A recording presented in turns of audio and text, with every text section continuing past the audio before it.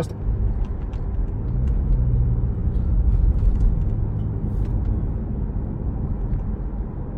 about everything. Now, if anyone would be running the Matrix, these guys will likely be a part of it. They have so much power that they have been accused of buying presidents. And whatever instincts she had were absolutely right. At least when it comes to her own performance, this is one of the best performances she's ever given. It's one of those things where, Jennifer Lawrence just has this great one-to-one connection with the camera.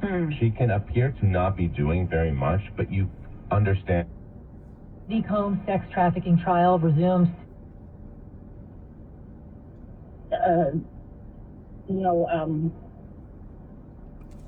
They can live. They can coexist, right? Yeah. Right. Yes. Yeah. Well, Marianne, I thank you for the testimony there. Father, any response?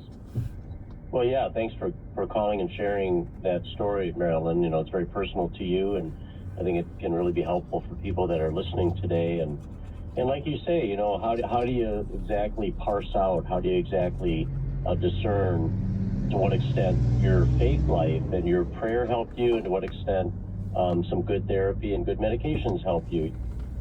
Movie, and this film, Die My Love, really requires him to play a normal person for once. There were times when I thought to myself, is he, frustrated by the fact that he just had to do a normal voice? It's not hard to read, but it's kind of long, and the things that are making sure that our voice is heard, and to combat that anti-Semitism where it really starts. It starts in many cases at the UN, because all these nations that hate Israel, that hate the Jewish people, are able to spread hate, lies, and use this global body as... It's the story of a filmmaker, his daughters, and a Hollywood starlet. So, are we to believe the ovations, that actually means something? No. I mean, sure, obviously if people enjoy the movie, they're more moved to clap for it. People always ask me, how do those ovations go on so long? So what happens after a movie wraps is there is a cameraman in the audience with his camera trained on the actors and the director, and their reactions are beamed up to the movie screen. And each person gets their moment in close-up, and they're applauded, then they move on to the next person. So already that's favoring a large ensemble. And it's also about how willing are people to milk this. If the director's willing to milk it and not cut it off to make a speech, then it can go longer. If the actors start pairing up, it can go longer. And also, nobody really knows how to time these things. I've watched other reporters time these things. There is such a wide discrepancy in how long these things last. So you shouldn't completely believe what you read when you see those ovation headlines. The Palme d'Or, the winner it was just an accident. The film was, I believe, filmed without permission by the Iranian government. Yeah. So the director, Jafar Panahi, he's been imprisoned twice by the government. He's been formally barred from making films, but he still figures out ways to make them in secret, including this new one. And it's honestly astonishing what he's gotten away with, because it doesn't feel like a hemmed-in film at all, Now this message, step inside history and experience an immersive journey through Anne Frank's life and legacy. Plan your visit at annefrankexhibits.org. Attention taxpayers. If you or your business owe the IRS back taxes or have years of unfiled tax returns, the IRS has greenlighted billions of dollars in tax relief to those facing financial hardship through its tax relief initiatives. If you have a delinquent tax problem and possibly facing wage garnishment, liens, levies, audits, or already in a payment plan, you may now qualify for significant relief. Qualifying and enrolling in this program could stop all collections, settle your tax problem, and even reduce what you owe by up to 99%. Call the hotline at if you qualify by dialing 800. Almost 20 full seconds. Just taking in the weight of winning this thing after it being so difficult for him to make a film like this in the first place. People sometimes rush to the stage after they win something, and it's all a whirlwind that they can't remember. So to see somebody say, no, I'm placing myself in this moment. I'm savoring this moment. Considering what he's been through, he's earned it. Kyle Buchanan writes for the New York Times. Thanks for walking us through the Cannes Film Festival. Anytime, Allison. Coming up next hour, we'll hear from the author Florence Knapp. Her new book, The Names, explores the effects of domestic abuse and the possibility of autonomy. But first, artist Nanette Carter has a new exhibit at the Montclair Art Museum. We'll hear all about it. This is Michael Lowinger from On the Media. In our second season of The Divided Dial, we're exploring the shortwave frequency, from government propaganda to extremist preachers to pirates who just want to have fun. If you love nerding out over all things radio, join me. With physical health impairments that hinder you from managing your daily... FCU.com/ultimate. Rate subject to change at any time. No one knows your child better than you. That's why Colby Academy, our sponsor, lets parents decide how. On someone else's property, it is important you speak to an... Is a total and complete scam. And God bless Donald Trump for giving Robert F. Kennedy the spot and the leeway to pursue it. They're trying to destroy these people. I don't know if you know who Casey Means is. Casey Means is a brilliant doctor, a nutritionist. We're going to hopefully make her the Surgeon General, but they're going into her college essay, and oh my gosh, she hooked up with this person 20 years ago, and she's great. She's absolutely great, and so is her brother, a guy named Callie. Callie Means, M-E-A-N-S. Casey Means, M-E-A-N-S. I'm not in the habit of promoting other people's content too much, but you really should listen, maybe this weekend if you get time, to the Tucker Carlson Callie Means podcast. It will change your life. When I first heard it, I stopped drinking soda for a couple of months. I probably have to listen to it once a month or so. So back to Cuomo for a second. A $20 minimum wage. Where in the hell does a guy like that get off? Huh? Seriously. In his return to the campaign trail, New York Times says Andrew Cuomo has made no secret that he thinks one of his greatest achievements as New York governor is this: the first state to pass the highest minimum wage in the United States of America, right here. Now, as Mr. Cuomo runs for mayor of New York City, he is invoking his past as a political prologue. Cuomo on Wednesday will propose raising New York City's minimum wage to $20 an hour if he is elected, which would put it among the highest in the nation. Just get the hell out of our lives. Focus on the damn roads and the parks. Stay the hell out of it. They're calling him the front runner of the Democrat primary next month. This is going to be, and you know what this is? This is just a sop. He's all kinds of conflicting messages. He's telling some people, hey, I'm not going to go left. I'm a centrist. You can trust me. There's no evidence of that. This guy will go anywhere the wind is blowing, and for this Democrat primary, it is blowing hard, hard left. And that's where Andrew is. Let's see. His proposal would need the support. He doesn't care. It sounds good. It sounds good. It sounds good. Except if you have a stake in this economy. Not when you're at the public teat. Right, Andrew? Huh? Show me something you did in the private sector. And I'm not talking about hanging around some Democrat law firm for $700,000 where you work 3 hours a week. And working is just showing up. They can use your name on the dumb website so they can get business with the state.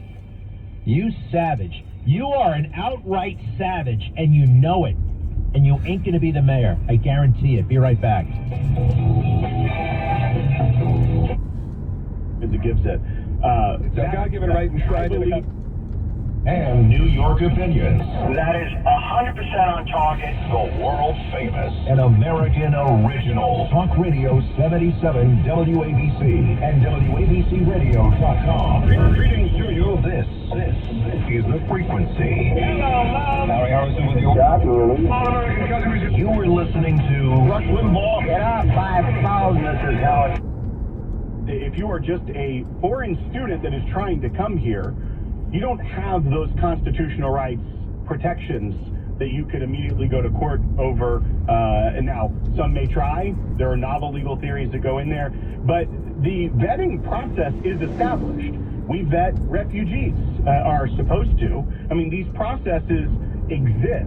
So vetting someone before they are allowed to come in, you don't just apply for it and they rubber stamp it. That's not the way it's supposed to work. It may have worked that way under previous administrations, but if they are here on a student visa, there are potential claims that they could raise within due process rights and things of that nature.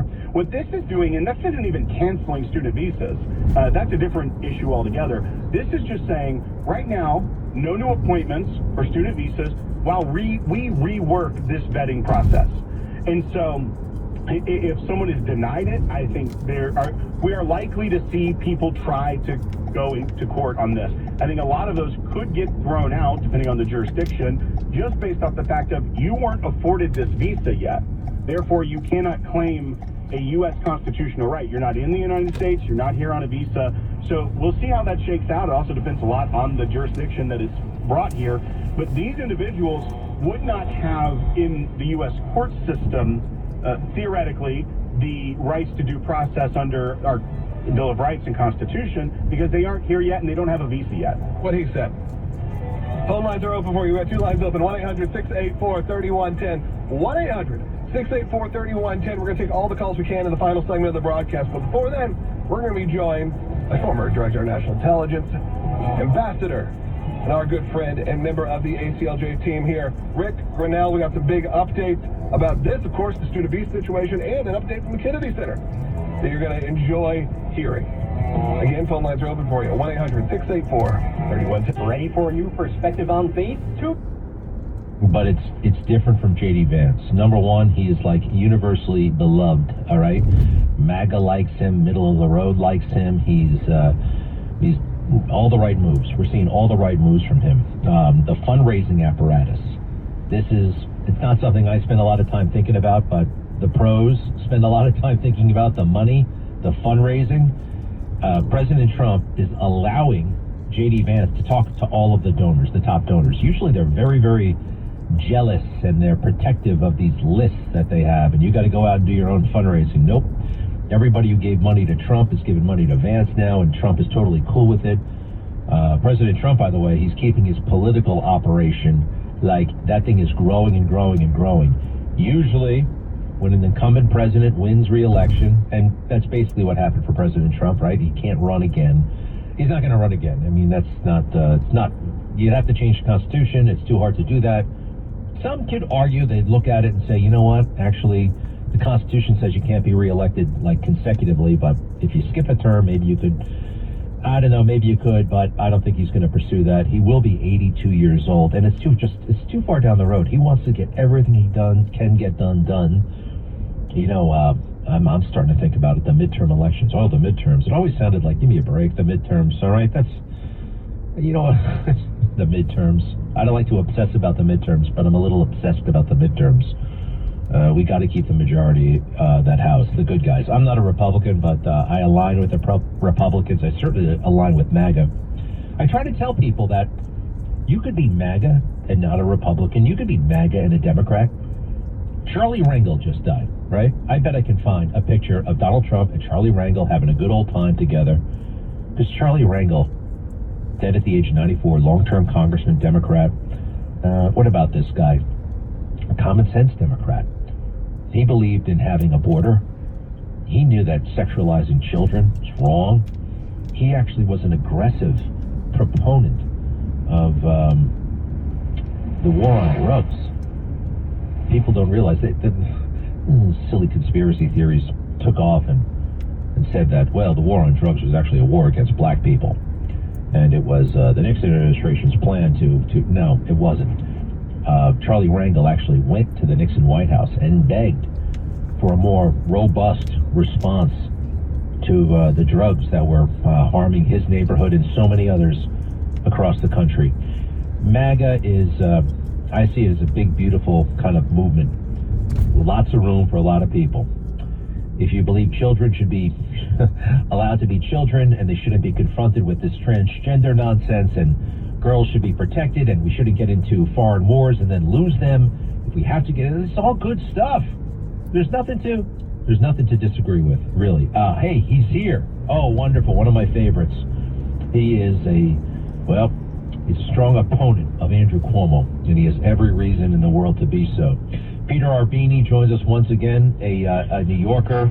He saw firsthand how horrible and damaging the treatment of our seniors, our nursing home residents was during COVID. He lost his dad during that time. Peter Arbini, how are you? You're one of the most holy people I've ever met with that big cross, and you're not a priest. You walk around with a big cross. I love it. I love it. You get stopped on the street to people ask you for, do they ever think you're a priest?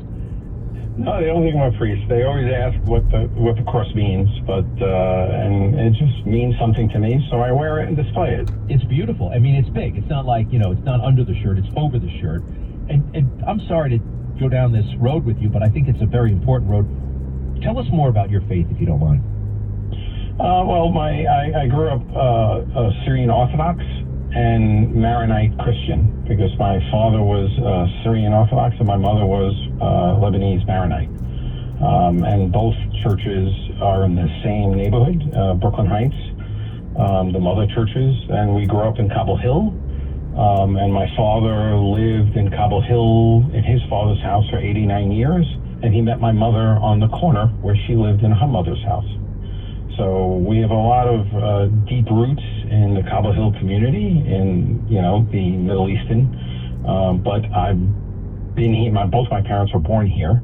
My father's parents immigrated in the late 1800s to America, and we are considered from the Orthodox Church the first family to immigrate from Syria.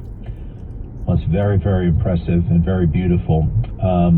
Look, Andrew Cuomo, who is responsible, I believe, for the death of your father and certainly, keeping you away from him during that critical time at times. He's under criminal investigation now by the Department of Justice. We all know that now. That's a huge victory, isn't it?